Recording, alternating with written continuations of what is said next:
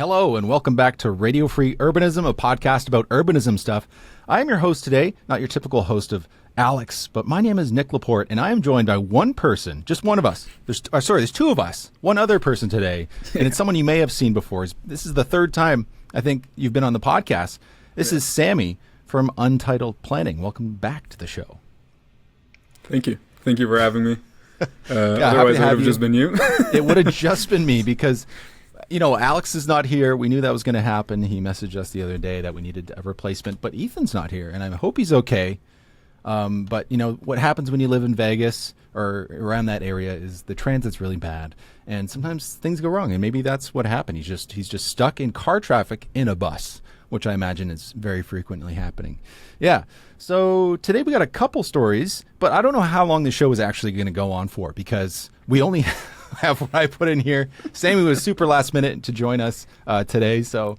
It's going to be what it is. So if you're in the live chat, I know Austin's in there. He's already given us a suggestion. And maybe it's just going to be a headline read, like Sami suggested. We just read the headline and try to infer what it actually is. And then from that inference, we kind of decide whether or not it's a good thing. I don't know. We'll see how that goes. But as far as updates, I have one update, which is that Vision Zero Vancouver and Movement, that's Metro Vancouver's Transit Union, is working on a motion with Councillor Christine Boyle in Vancouver to add much more robust dedicated bus lanes along major corridors so that buses can be more reliable in the city, which is a big problem. In fact, when I don't know if I mentioned this on the last podcast, but as soon as I got back from Europe, I got on the SkyTrain, got off at Broadway and Cambie, which is like a pretty major intersection in Vancouver, close to downtown. And the first thing I saw was a bus stuck behind cars trying to turn right. And I'm just like, why? Like, there's, could be 100 people in this bus just waiting for two people waiting to turn right. And it's something you see over and over in the city, not just this city, but many cities where we prioritize. I don't know. It's the tragedy of the commons. You're not prioritizing everybody. You're just making the experience worse for everybody when you could make a very fast transit option where people will be in their cars waiting like they would either way. If we have more lanes for cars or just one, they're going to wait either way. But you look and you say, hey, that bus flies by me every day. It just sticks in your head, rent free. It's going to stay there. And eventually you might be like, hey, that's an option. I only need to take one bus to work. And you'll try it out and figure out it's much more efficient. And in fact, it might be probably the most expensive ride you'll get to take, which is a bus that might cost, who knows, $500,000. They're beautiful sometimes, really nice. So I'm working with them on that just a little bit. Maybe I'll put out some content in the very near future. So stay tuned for that. And if you're in Vancouver, you can reach out to them to help push this along because it's something we need. And one big part of it that I really like actually is enforcement of bus lanes. Because like many cities, we do have bus lanes in some places. The problem is the enforcement just isn't there. And Vancouver-wide, when it comes to enforcing laws around motor traffic, is almost non-existent in general. But we were talking to a bus driver yesterday, and he's been a driver for over 7 years. And he said he's seen one time, only once, he's seen a driver ticketed for parking in the bus lane when there's no stopping allowed in that bus lane at that particular time. And when we took the bus, just on that one ride, how many times we saw somebody jumping out of the car, parking their car in the bus lane. It's just like, if there's no enforcement, nothing's going to be done. So we've seen these cameras stuck to the front of buses in different cities around the world, and it has great effect. Like I know New York has been going crazy with these cameras on their buses and their bus lanes. It's been really, really effective. And this is a city where a lot of people take the bus. Like we're talking about one of the busiest bus cities in North America. I think the top five, I think Vancouver's like 2 or 3. Calgary's in there, I think. Toronto's in there. Canadian cities in general just smash the metrics when it comes to buses. It's pretty wild. Yeah. Yeah, that's what happens when you don't have other transit options. That's true. That is true. That's also a problem. The only thing you got is a bus and maybe a transit line. Yeah, it's interesting. I met a transit planner a couple of years ago, and he told me buses are only there temporarily, or should only be there temporarily until there's a proper subway line that is implemented. And I was like, that makes a lot of sense. But now I'm like, I think buses are only hope in a lot of cities. Like you're not gonna the city of London, Ontario, everyone's favorite city, you're not necessarily going to have a brand new subway system being implemented underneath the city over a couple of years, right? And I think only a few months ago there was talk about a new rapid bus initiative that was happening near Fanshawe College, which was like huge news. Like people were talking about it like on the radio. Like, is this all that's happening in London, Ontario? That we have, we're adding buses now. But it's interesting because like growing up here, I rarely took the bus system because it was so inefficient. At least my perspective, like and you're from London, Nick, right? Like I don't. Yeah. You're sure you've taken the bus here, and you're like, wow, this is not really a bus system, but it was bad. But when I moved to Toronto, Hamilton, London, UK, when I visited these places, the bus is like super easy, streamlined to take, and it can actually create a community dynamic within a space. And just how you interact with your space. It decreases traffic, of course, but it becomes less intimidating as well when people know about like a good bus system is an option. But when in London, it's like so not accessible because you walk out, like London, Ontario, because you walk out and you're like, you don't know if it's going to arrive on time. You don't like, and if you're not really familiar with it, you don't know where it's going to drop you off. I don't, and now you got Google Maps, so it's a bit easier, but sometimes it's so unpredictable, and so good for Vancouver to bring. It's good. But as for London, it is really sad. It is sad. I know they're building a rapid like transit system, or at least bus system, and they kind of axed it in half. I think it's only going from like kind of the south from downtown and east, I think, and they kind of axed the north and the west parts of it, which as far as they are and what's being built is really good. It looks really good. Like we're talking about separated bus lanes down the middle of the corridor. Like, is it Wellington, I think? Mostly down that way, and I don't know the one that's going east. I don't know where that corridor is, but it looks good. But it's what really still irks me, and I'm just like, oh my god, like how long ago was it? Maybe you don't remember this, but there was a vote in London. This is probably over 10 years ago to build an LRT system, like light rail. When people think rail, what? Wait a minute, we can't do rail in London. That's impossible. Like this is a city that's reaching 500,000 people now. Like it's not a tiny city. Yeah. Like this is. For Canadian cities, it's pretty big, and it was shot down. Like there could be a functioning rail system, trams coming down the streets of London, Ontario. It's not there. And I get the difference because it is more expensive to build rail, but there is something sexy about rail, whether it's light rail or it's heavy rail. There is something cool about it. That's not to diminish the bus. It is a very useful tool, and in some places, rail won't work, but. Anyway, I don't know. I'm just sorry. Yeah, no. I've thought a lot about. I was like, can we have a subway system in London? But I find like a lot of the problem is the density is so bad. It's so bad where I'm like, for your next stop, it doesn't even make sense. Yeah, it's like it just spacing doesn't really make sense. Like I'm sure it can be done, but like just efficiency wise, it's so out of whack. And then even like having a LRT, like a streetcar. I'm thinking like only in very specific areas, but otherwise like the densest parts of London are so small. Like it's not like the walk would be like 15 minutes. I'm like, so they also need to address density to match the frequency of something like an LRT or subway. That's from my perspective of just living in the city compared to other cities that have like a better busing or a better transit system. And I think that might be the problem with the bus system is like the density is so whack where you feel like you're like, where am I going? Yeah. It's like you don't know when your next stop is, like how the stops are spaced out.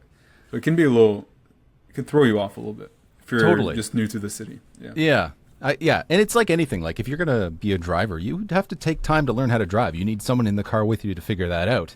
It's just too bad that we don't take that time to do that with young people to figure out how to take the bus, how to do that for themselves. In some cases, we actually try to take kids away from their parents for letting their kids have independence, which has happened in the past here in Vancouver and in other places, which is just like bonkers. Like, oh, you want to let your 8-year-old take the bus by themselves?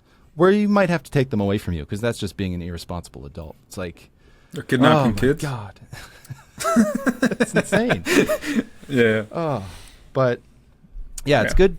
Well, we'll see what happens. I don't know. It's always for Vancouver right now. It's not looking good in a lot of places. We've had some wins for sure. I'm not going to say it's all been doom and gloom. So this could very well pass. And yeah, that'll be a great thing for everybody. It will be a great thing for everybody, even drivers, as I've seen around Europe too, is when you have great infrastructure for transit, for walking, for cycling, the driving is a good experience as well. It makes everything better. So yeah, looking forward to it. But do you take the bus in London these days? I know kind of you're outside of London. You're kind of a small bedroom town to London, maybe. Yeah. It doesn't really work, because if I'm going to go into the city, I'm driving into the city already. And so there's no buses that come here. I think it would be a really smart idea for them. There's a lot of, for people that don't know, there's London, and then there's a lot of small villages around London, like a lot. That will get swallowed up eventually and become a part of London. Like greater London area. Yeah. And it's insane to me that they don't even have a shuttle system. Like having a shuttle system to the nearest bus stop so people can get to downtown without needing to drive there. Maybe they do. Maybe I'm just like illiterate, bus illiterate, but it's not at least clear. There's no signage. I've walked around where I'm at. I've never seen a sign like shuttle to London's closest bus system or something. I think it makes it a lot more accessible. I think that would be a first good step transit-wise. I think having a bus system within the communities don't really make too much sense. Maybe community to community, if people want to commute to work and stuff. But yeah, even something like that, it's not even. It's like either half-assed busing, no other option. Uber, right? No, that's pretty accurate. Like when it comes to London, in a lot of cities in North America, it feels like that. Some don't even have anything. Some things, Uber is the only public transportation option, or some form of it, right? That's my preferred. Yeah.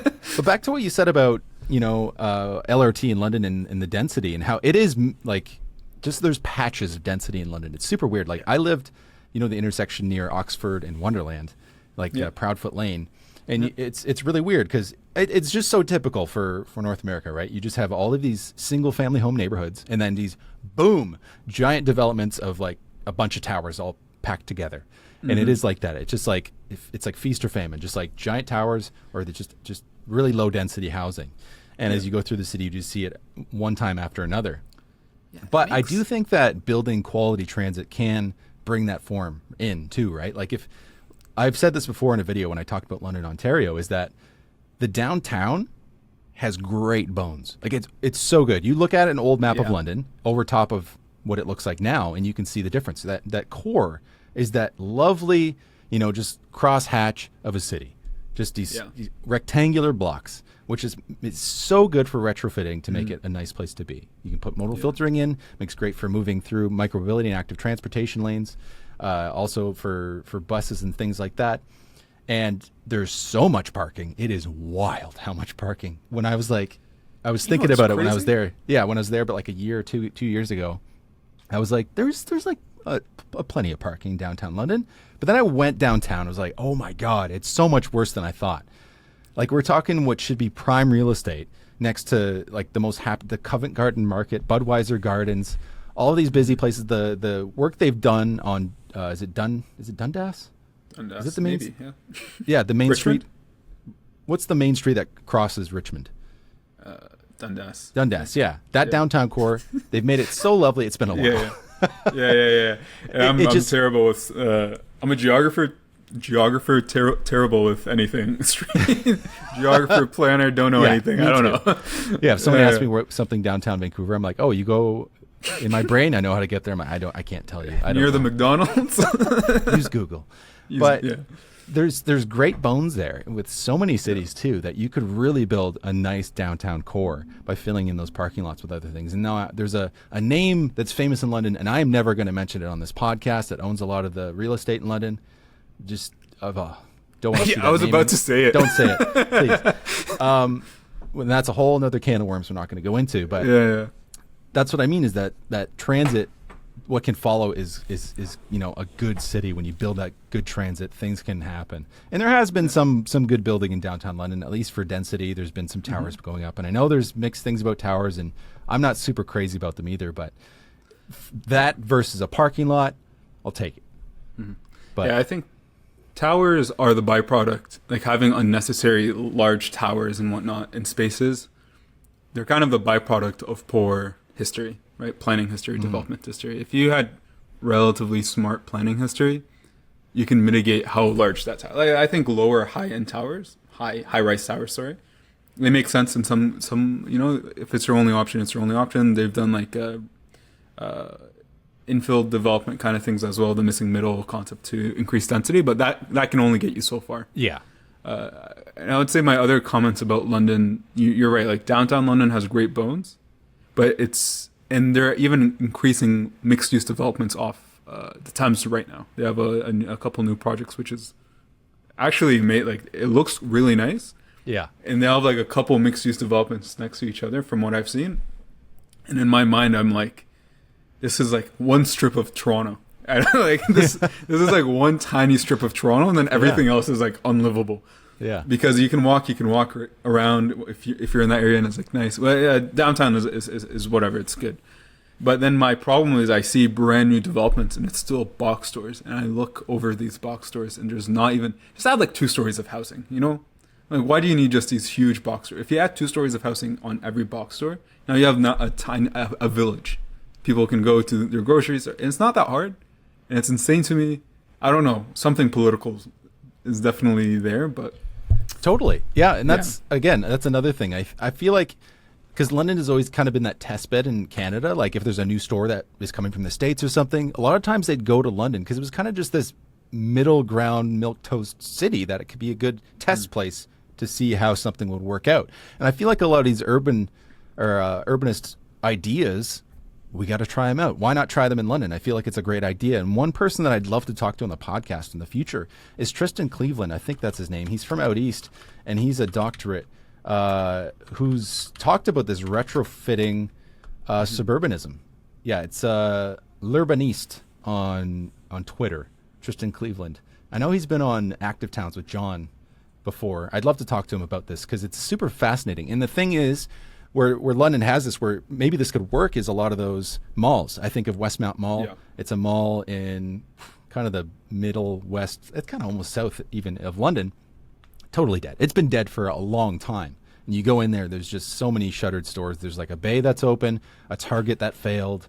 I think there's not IMAX or whatever, the Cineplex that's behind there. That's Silver City. Yeah, those things. No, that's Masonville. But yeah. Okay. there's a theater that, it gets, people go there. But generally, if you go inside the mall, it's mostly dead. And I feel like those are the spaces where we could really retrofit them.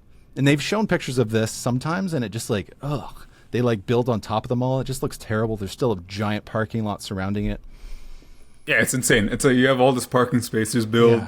Yeah. I think starting there makes sense. The adaptive building is there for a reason. But London has so much space that to add, I don't know. I think it's like a tricky topic. Like, what approach do you take to increase density? Is it the parking space? Is it the low density buildings? You just redevelop them, increase density slowly. Mm-hmm. But the fact that there isn't, oh man, I don't know if I should speak too much on my thoughts, but I never get a job here in my life. But the fact that there isn't some sort of policy or kind of mandate going, London, you're building these big box stores till this day, like, just please start building density. Like, it makes no sense. Like, even out where I'm at in the boonies, like, there's a brand new development and there's one mid-rise, and then the rest is just box stores. I'm like, you can create a full village where people will come. People will come. Like, people are like, there's not much like spots left in already built areas with affordable housing, like relatively affordable housing. So if you're building these brand new kind of like small villages and they have everything, all their resources, something like a 15-minute neighborhood community, you may say, people are going to pull through and they're going to have access to groceries, medical needs, everything, schools, and it gives a need for bike infrastructure. It'll give a need for something like this, and these mandates are important. But you don't know the political motives. You don't know the reasons behind why these things don't happen, because it's not big brained. Right? Like, I'm only 1 year out of planning school. Planners around forever. I've heard crazy behind the scene things here and there, and so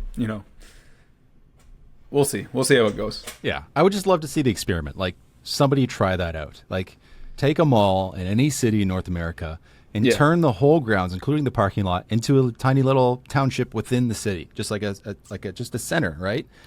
And to see what would happen. And I feel like a lot of times that would work out really well for everybody, because everybody who's living in those neighborhoods around it, now they still have a place to go. They have a place they might want to go even more. You know, it's something when you see in Europe how many walkable places there are within small, tiny towns. And from bigger towns, too, they have pockets of it. And you could have pockets of these nice little communities that you could be car-free, that you could drive your car to there and pay a fee if you want, or walk, bike the few blocks that it takes to get there, right? I don't know. I just feel like it could really, we have the opportunities to make our cities better. Yeah, that's what I think about that. And my last comment before we move on to more important things, other news outside of London, Ontario, is it's also, if it does happen, it's kind of a shame how slow it will happen. Like Fanshawe Road, you know how long that road is? Yeah. They've built a bike lane all the way across. But it kind of doesn't make sense to me, because there's nothing to act like besides Masonville Mall. You're probably biking 10 minutes before you get anywhere else that's relevant. I'm like, amazing. You have this, I don't know, like 10-kilometer bike lane or however long it is. It's probably like 3, and I'm making it up. But like, you got this huge bike lane. It spans the whole city. Like it spans all of Fanshawe. East west of the city. Yeah. Yeah, but I'm like, it gets you nowhere. Yeah. You know, I'm like, and it took them too many years. I think it took them like 3 to 5 years. Mm-hmm. It might have been 2 years, but in my mind, it felt like 3 to 5 years. And now it's just like, cool, well, I'm never gonna bike there. Yeah, it's like a lot of things when it comes to building cycling infrastructure. People, they build this stuff and they see that barely anybody uses it. And it's because we don't have a full network. We don't have the full network. And that is a problem. And that, again, that's just one step of it. And I remember, again, back to this video I made about London, I mentioned these specific bike lanes. I filmed those ones on Fanshawe Park Road. And they are grade separated bike lanes. There's like the road, there's a curb, there's a grass buffer, and then there's a bike lane, and then there's a sidewalk. And it is great. That is grade separated, just factually. Are they the most pleasant places to be? No, because there's like a sound barrier on your one side and then high-speed traffic on the other. It's not the most pleasant place to be. But it's better to be being on the road in a gutter bike lane. That's 100% true. Yeah. But again, if it doesn't connect to anything, what's the point? But that's just like the neighborhood problem too. Like our neighborhood streets aren't good neighborhood streets to cycle on. You got still high-speed traffic, mostly local traffic because of the cul-de-sac nature of them. But anyway, we'll see what happens. Maybe the whole world's going to burn down before we can ever get to this stuff, and I don't know. It's not going to matter. Maybe we should just move to Europe, God damn it. But one comment in the live chat here is from Austin. He mentioned how sad it is that buses have such a social stigma for so many people, but some people that will never ride a bus would consider riding LRT or heavy rail, which is true. I think in even my mind, for some reason, rail has this, I don't know, it's a mystical thing. I don't know why so many people love rail. There's not a ton of people who really love buses. I know we've had Dennis Agar on the show, he's founded Movement, that's the Metro Vancouver Transit Riders Union. He loves buses. That's what he worked on as an urban planner, was the buses, and that's what he's working on now. He wants to make the bus system better, and like we've just been talking about this whole motion, he's the one heading this. And this is from Skitch in the live chat saying, BDSM, buses do so much. Yes, they do. And they are good. I use buses still, and they've been very useful for me, and they're very useful for so many people in Canada and around the world, but especially this country. It's wild how many buses we use. So we actually have a couple stories that are linked together here. The first one, this is coming from the EU Commission, acknowledges regulatory flaws with large pickup truck imports. So before we get into this, I'm just like this guy who's like been to the moon and won't stop talking about it. But when I was in the Netherlands, I think I saw a total of 3 pickup trucks. I think only 3 that I saw and recognized, hey, there's an American pickup truck. The first one I saw was an F-150 from the early 2000s, it looked like. And then I saw 2 Dodge Rams that were like very new looking, big, giant Dodge Rams. One of them lifted. I was just like, oh, okay. American sized? Yeah, like American, like not European sized. Import American trucks. Yeah, there was, European ones, and they're more reasonable. Yeah, 3 American-sized pickup trucks that I saw in the Netherlands. So this is something that the EU is actually looking at. So around 5,000 Dodge Ram model types were registered in 2023, and that's an increase of 20% compared to 2022, and leaving around 20,000 of the model alone on European roads. So this alarming increase in numbers, coupled with concerns over poor safety and environmental standards, prompted the organizations to urge the European Commission to take action. So this is the difference between Europe and North America, right? We build cars and we say, go for it, have some fun. And in the US, with the whole CAFE standards, completely blew things out of the water back in 2010, has increased the size of vehicles on the roads, and it's just insane. Everybody knows. If you go outside to see how many pickup trucks and big SUVs on the road, it's absolutely wild. So to see that in Europe, they're taking mind to this and actually looking at taking actions is a great thing. So the difference in why this is a problem is that, at least the way it is now, vehicles that are mass produced in Europe have to go through stringent testing and safety standards to be road legal. However, when you import a car in Europe, they don't really have the same standards that they need to conform to. So that's what they're looking at doing, is actually having this system where if a car comes into Europe, they have to test it, or at least beforehand know that, hey, this is an approved car for the roads here in Europe or not. And I think that's a great thing to do, because why would you want to make your roads less safe? Like, who actually wants to do that? That's probably nobody. Probably. Like, I hope so. Oh man, I like a nice if I'm not mistaken, I think the UK already has regulations on car size. Like, their car versions are different than other car versions, that they're a bit more narrow, specifically for parking and specific. I may be mistaken. I just heard a podcast of people talking about car sizes in UK. Like, they have their own models due to the sizing and whatnot. And I know there's even models of cars in Canada that were imported from the UK, like my friends have them, just because they're a smaller model of a pre-existing car, like of a different model. They're just because of regulations and how they are. So I'm surprised Netherlands doesn't have that kind of standard. Maybe the UK doesn't either. Maybe it's more of just an in-house thing, but they don't care if you import something. But even like a truck, I don't even think they fit on a London road. London's roads aren't that big, right? Like London, UK, right? I know we talked about London, Ontario forever, but so I'd be surprised if I saw a Ford 1F50 in London, UK, going down. Yeah, it's especially the country roads in the UK. That's crazy. They got like stone walls on either side, super narrow streets. Like, I don't know how many times I've driven there and just been like, grasping the steering wheel like, oh God, please don't hit me. It's insane. Yeah, I couldn't imagine trying to drive one of these large pickup trucks there. It would just be wild. Yeah. So it just seems crazy to me that there's no, like, they have no obligation to have these measurements on these pickup trucks when importing them into the EU. That seems weird. Like, maybe they were like, this isn't going to be a problem. Like, why would people import these giant trucks here? And then people start doing it. And then they start to realize that we need to fix this. Yeah. It might be a fine thing. They probably were fining people. But if someone's going to buy a $100,000 truck anyways, they're probably, I'm going to pay this $5,000 fine to bring in my Ford 150. Yeah. So maybe it was something like that. But otherwise it doesn't make sense, because a lot of European trucks are much smaller, right? They're like for utility, like whatever it's needed to use. And maybe in like specific farming areas, it kind of makes sense. But otherwise, we know bedding size is the same of a truck.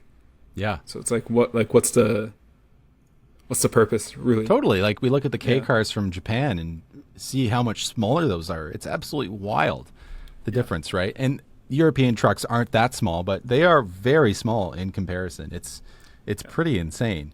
And as far as at least my experience driving around the Netherlands, and I went to some pretty rural places, like pickup trucks in general, even small utility ones, were very rare. Like, I don't really remember seeing them very often. So I don't know how, like... I think it might be, like, it's definitely a culture thing, because car culture here is very different than car culture in Europe. Yeah. I feel like car culture in Europe is more about like performance cars here, like there and there. But I know a lot of people here prefer like a really pimped out pickup truck over like a performance car. Yeah. And so I think that concept of just having, I don't know if you've been in a Ford 1F50 or like a huge pickup truck. I've driven them, yeah. Yeah, it's like sitting in a lazy boy chair. Like they're super comfortable. Yeah. And so it kind of makes sense, but yeah, it might be a culture thing because they're like, it's. Is this you? Yeah, I'm just sharing this video I took. This is in Rotterdam, and this is what I literally followed this truck around just so I had footage of it. And this is a blue Dodge Ram that was driving around the streets of Rotterdam. So they do exist. People drive them in the cities, and this is probably the biggest quote unquote car city in the Netherlands is Rotterdam. Obviously, they've changed it a lot, and I really liked Rotterdam. It was a really lovely city, but they do exist there. But yeah, as far as like other pickup trucks, I saw almost none. It was these three, and then like I might have seen a few of like more European style. I don't know what brand they are. Are they Skoda or something? I don't know the car brands in Europe. They're so different, but it just seems weird to me to buy a car like this, and like this looks like a pavement, what quote unquote pavement princess, a car that is being driven around the city all the time, right? It's not doing the work it's meant to do, even though it's not the best vehicle to do the work that was intended for it to do in the first place. Like it's just not. There's what do you know any good slang for these type? I know there's like a emotional support vehicle. There was another one. Oh, I heard this one today. I thought it was great. Gender affirming vehicle. I was like, yeah. Just to like for the type of crowd that's going to buy these things, just to rub it in your face a little bit. Because anyway. Yeah. We don't have to get into it. I get it. But it's crazy. Like I've said this before. Driving the Netherlands was better. I would have much preferred being on a bicycle or walking around. It's just better. How was the city-to-city transit? Did they have like a good city-to-city train? Yeah, super fast. Outside of cars? Amazing. Like trains? Yeah. I dropped my wife off at the Rotterdam station, Rotterdam Centraal, and it took her 25 minutes to get to Amsterdam Centraal on the train. Like the intercity trains are amazing. I took trains all around Europe when I was in Europe. I went from Amsterdam to London to Paris to a small town in Germany and then back to Amsterdam, all on trains. And each time it was just a lovely journey, just so relaxed. And they actually figured this out is they have phone holders on the back of the seats so that you can just put your phone on it and watch whatever crap you have on your phone if you want to do that, which is super nice. I wish airlines would do this. I know their screen things are getting better with like a pretty good content actually. But when you got your whole library, I want to watch like a whole season of Star Trek, just binge it. I don't want to just hold my phone on the plane. I just want to stick it up there and watch it. But anyway. We should talk about public transit in Star Trek. Yeah. On brand too. We'll bring Alex back in just to talk about that because I know he's a Star Trek guy like myself. So I want to flow into wait. I had to read one more thing from this article, actually. So in the U.S., where large pickup trucks are ubiquitous, there are some very serious figures concerning increases in pedestrian and cyclist fatalities. Pedestrian vehicle crash deaths have increased around 80% and cyclist fatalities by around 50% since 2010. And these figures have now reached their highest level in 40 years. The Ford F1 series, Chevrolet Silverado, and Chrysler Ram pickup trucks are now the first, second, and third most dangerous vehicles for pedestrians and cyclists in the U.S. So, yeah, this is something serious. And it seems crazy to me that here in North America, we don't have standards for safety for people outside of cars. We always look at these safety ratings when it comes to cars, 5-star safety rating in its class, whatever. Why is that not a priority yet? Why aren't we saying, hey, this has to be safe for people outside the car as well, instead of just the passenger? And I know it is also a thing about we other should invest cars. In padding, human padding. Yeah, we're gonna have like bubble. Yeah, like airbags on the outside. That's the most North American thing. You're like, let's not address the car problem. Let's address how fragile humans are. Go to the gym and we'll give you a bubble suit. Yeah. Yeah, it's the whole meme about like, oh, they should have been wearing their safety high-vis vest or whatever, right? So anyway, I'm glad the EU is actually taking a look at this, or at least they're being called to, because it is a problem. It's a serious problem here in North America, and I'm sure that we don't need that to spread across the world. So this is leading to this next story. As much as I don't really want to talk about this particular person, we just have to because it's super interesting. So Trump's running mate, J.D. Vance, wants tax rebates for cars, gas cars, instead of electric vehicles. How in the world does this happen? So, this coming just a couple days after the near assassination of Trump himself anyway. As recently as 2020, Vance was seen praising solar energy and begged for a clean energy future to cure the climate problem in our society. When it became clear to him that he'd need Donald Trump's endorsement to win the Ohio State Senate, he began to dramatically shift his position on climate denialism and fossil fuels. This bill proved to Trump that Vance would kiss the ring in exchange for power, killing the old Vance to grow a new one in his image. So the Drive American Act, the Drive American Act? That just sounds weird. Does that sound weird? You think it'd be Drive America Act? Drive American. Oh, maybe Drive American Cars. Okay. Drive American Yeah, that's Act. what I thought, is like Drive American. Yeah, you got it. Yeah. My brain just wasn't working. So the Drive American Act seeks to gut the Biden administration electrical vehicles tax rebate program, with the first half of the bill undoing the program altogether. In the latter half of the bill, Vance proposes the American taxpayers follow him into a ridiculously circular logic that would instead place up to a $7,500 rebate on all new gasoline and diesel-powered cars, trucks, and SUVs. Vehicles with larger payloads and more seats would be eligible for more of the incentive. In order to take advantage of this, you will need to live in a household making less than $300,000 a year, and a vehicle could not exceed $80,000. Both limits are well north of average. Wow, this is wild. So doubling down on the cafe standards. If this actually happens, this will further increase the amount of SUVs and trucks on the roads in the United States. Like we just mentioned, those stats about fatalities happening with brain fart with pedestrians and cyclists are going to go further worse. It's just insane. This is absolutely wild to think like you would want this. It's like some kind of stimulation. I don't even get it, though. It doesn't make any sense. What the Anyways, we know what's happening. This is just pure corruption, is it not? Like, is this just like we're trying to feed the fossil fuel industry? Let's keep just blasting that, right? It's like weirdly petty, you know what I mean? It's like, no, It's Biden, insane. listen. Pure, yeah. Even the electric car rebate, like, I don't know. There's conspiracies, there's conversations. They've already upped the price to cut the price, all that kind of stuff. Yeah. But then, food for thought. Save all that rebate money that you're going to give back to the people as incentives for municipalities for better public transit. That would be a smart idea. Fiscally responsible idea. That just came to me. I don't know. Maybe I'm a genius. No, but it's like a conversation piece. It's where we don't even, regardless, the car industry wins in a way. I'm not even that anti-car as much as you guys are. Like This guy drives every day. I drive multiple times a day. But, I'm forced to, what can I say? It's about car dependency, right? Yeah. I'm dependent.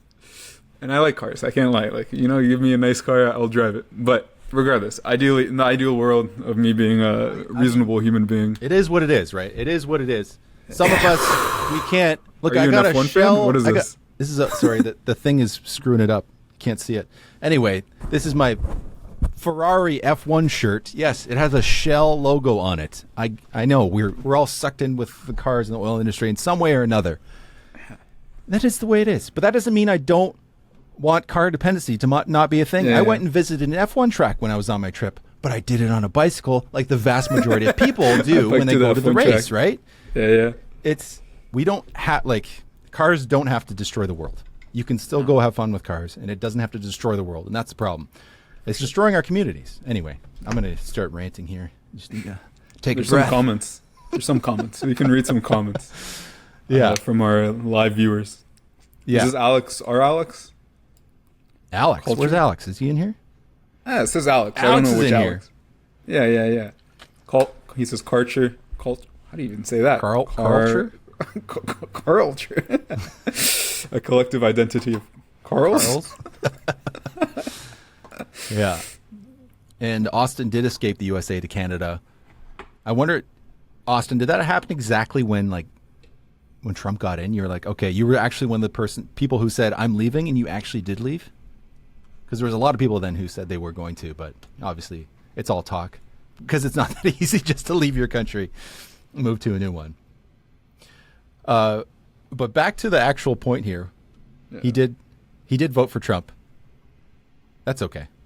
I might have too. Just because being a young man, you like to do funny things. But then you realize he actually wins. You're like, oh, shit. I didn't think this was serious. Kanye 2020. Yeah. Okay. So this is what I really want to talk about with this rebate thing is not the fact that this is insane. This is absolutely wild. The bigger the car you buy, the more gas it guzzles, the more rebate you'll get, as long as it's under $80,000 of a vehicle, which seems like it'd be a hard thing to do. I don't know how much cars in the States cost, but I know like a pickup truck new here has got to be north of that these days. It's got like 80, 90,000, right? Yeah. So I'm sure there are under there, but it's just fucking insane. So is it specifically for American cars then? Because I know there's a whole made in America. I guess it's called, what was it called? The Drive American Act. Yeah, it's probably for American cars. Yeah, I don't know. Are they trying to like reignite the car industry as like once one of the backbones of the American markets, right? Like Detroit, that was a big car producer. Yeah, and then they started importing a lot of that stuff rather than producing it at home. But like there's other industries you can like revive outside of the car industry, you know. It's not like these other car companies aren't building them here either. Like there's a Toyota factory right outside London, Ontario. Like, well, Canada is number 6 car exporter in the world. Really? Which is a crazy. I think so. Wow. And I'm like, we don't even have our own car brand. Like there's no Canadian. Yeah. No, they just build all Japanese cars here in Canada. Yeah. So I think it's like number 6 or something. So it's within the top 10, which is crazy. Yeah. It's like it's crazy to me. But. Yeah. But Jen in the comments brings up a great point, and this is exactly what I wanted to lead to, obviously, is that she wants a micromobility rebate. Yes. Wow. How much money do we spend here in Canada, and how much money is spent in the United States for EV rebates? Huge amount of money for just one vehicle, thousands of dollars for a family as a rebate for buying a car, even if it's electric. Yes, I like electric cars better than I do gas cars for the most part, but we know they have a lot of externalities that even increase compared to a gas-powered car, like the microplastics that come off the tires, sometimes even brakes, and noise can be even worse when it comes to rolling noise. Yeah. So that's not great. But how little of that would we need to just equip everybody with like an e-bike? Or a regular bike. Or a regular bikes aren't even cheap. Some kind of micromobility device. I went to buy a bike and it was $450. I was like, I can't afford this. Yeah. You could get you give everybody a free bike in the whole United States for I'm sure how much money they're giving away for EV rebates. Or in this case, this fucking insane thing that they'd give rebates for gasoline powered cars. The bigger the car, the bigger the rebate. What the fuck? I'm sorry. This is just insane. It sounds like it came out of The Onion. You know what I mean? It does. Is this real? Is this real life? What's going on? Oh, it's unbelievable. But we'll see. We'll see what happens there. Obviously, it would require Trump to get elected again. Oh, and this whole thing, I don't really want to talk about. With this whole shooting thing, I feel like it's even more likely than it was before. It's just a mess right now. Like you're voting between some fucking lunatic and then Weekend at Bernie's, it feels like. It's just not a good choice. And it hasn't been a good choice for like over a decade. When has there been a good choice? When Obama was like running the second time, probably, it feels like. But I don't know. Anyway, I'm not an American. No comments. Good idea. No, I'm a Canadian. Yeah. And okay, when I said earlier something that Austin said that we were going to talk about, I'm sure you've heard Trudeau's $30 billion public transit fund. Would you love to hear your thoughts? Would love to hear your thoughts on the initial information. So the information we have, I didn't look into this. I didn't see it. So Sammy, let's do a thought experiment here and try to figure out what this is and what we think about it just by the headline. Drive Canadian. This is the transit fund that we all didn't want. Trudeau's actually the smaller the car. Yeah. Cars are transit, right? Yeah, I was transported from one place to another in a car. I assume this is a federal fund that's going across the country to different cities to help invest into different transit projects. I found a headline. Is that it? Should I read it? Yes. Trudeau outlines details of $30 billion 10-year fund for public transit. All right. Yeah. That sounds awesome on its face. Do I know where it's going? I don't know. But if this is going towards building new bus lanes like we talked about earlier, or LRT in London, Ontario, fantastic. Save your money. Yeah. Don't invest in a London LRT, please. It could be awesome. Oh man. I'm gonna. Yeah. So just a transit federal budget that's open, I guess, to municipalities to apply for. Your partners like City of Toronto, yeah. Baseline funding for existing infrastructure, metro region agreements for Canadian biggest cities are funding for specific things like rural communities, indigenous communities, and active transit. Like biking, probably. That's what active transit is. Complement the Housing Accelerator Fund. This is what we need. This is it. Yeah. Well, More if money it's for in the transit. right hands. Yeah, absolutely. Yeah. Sometimes Daniel Smith as AB will turn down the funding anyway. Sigh. Yeah, honestly, I don't know how I feel about that because not feel about it, but we had that transit line that was supposed to go from Windsor to Montreal. Supposed to take you in like 45 minutes or something, and then they, of course, canceled that. I think Doug Ford came through and was like, "No, you've had a huge Hamilton LRT line that was supposed to develop. Yeah, they've canceled that." But that's provincially. They're canceling it provincially, whether it's and so you don't know if it will even help the most densest areas. But I did say it's a big part of it is also for rural spaces, which is important. There's like almost no transit support in any capacity, right? Even if it's like 3 shuttle buses within rural spaces. So I think that's really it'd be interesting. I'm kind of interested to see what kind of approach maybe rural municipalities take for public transit. I don't even know what rural public transit is. I've never gone to like a farm city and go like, yo, that's a sick bike infrastructure. I have. Okay. Yeah. And this happened in London. This was the last time I visited in the summer, and we wanted to go to Grand Bend, but we didn't rent a car. There was a bus service from London, Ontario out to Grand Bend, which is like an hour and a bit of a ride. Yeah. And it was totally fine. It was the problem was it didn't have enough capacity. I think it had like 20 seats, but there was more than 20 people waiting. They called up to get another bus sooner, which is good. But yeah, it does exist, these like small intercity bus services, but people often didn't know about it. I didn't know about it. We were just trying to figure out, we're going to have to get one of our parents to come drop us a car, or borrow a car, or rent a car. But then we came across it, and we actually used it. It was totally, I think it was like $5 each or something. Super reasonable for a drive that long. Like an hour, it would be like over an hour in a car, I think, usually, which is amazing. But yeah, in general, I think it's a good idea to invest in transit projects, and for this to come from the federal government, I think is great to recognize that we need to improve the situations in our city, because it's not going to get better with cars. We know it's not going to get better with cars. You can build as much as you want, but you're just going to make your city shittier, and the traffic is not going to get better. It just doesn't work. And the only thing we can do is to mitigate people driving by offering quality alternatives. Here in Vancouver, what are we doing? We're extending the SkyTrain under Broadway right now. Eventually, it's going to go all the way to UBC, which will be absolutely fantastic. But right now, it's a bus line, one of the busiest bus lines in North America, which is totally fine. But obviously, rail just attracts more people. It is what it is at the end of the day. Yeah. That is what it is. And I do have a comment actually on that, because we've done... I've looked into it, and I've spoke to many people, especially coming from immigrant communities.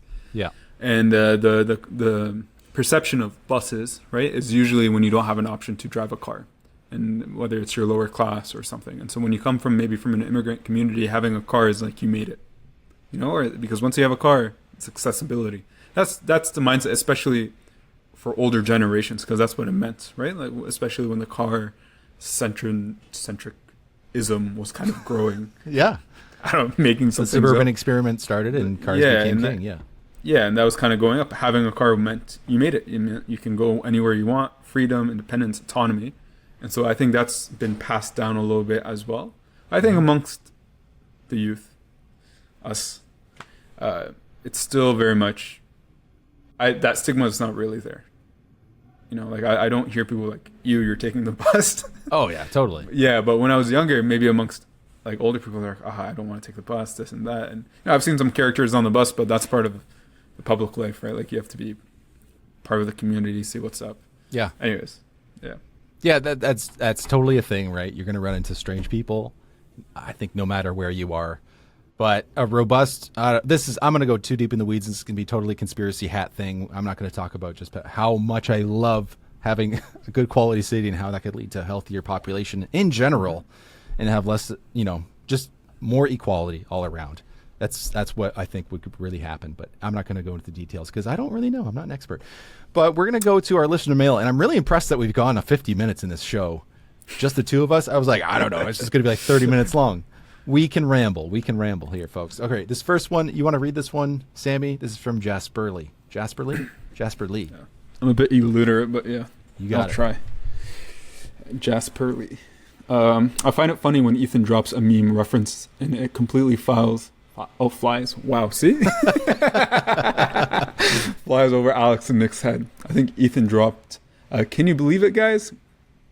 I don't even know what this is. Can you believe it, guys? Christmas? Just a week away? Reference at least a handful of times over all the episodes, and they never once caught onto the reference. I don't know. I don't know what that is. I have no idea. What are you guys, dumb? This is you guys don't know memes?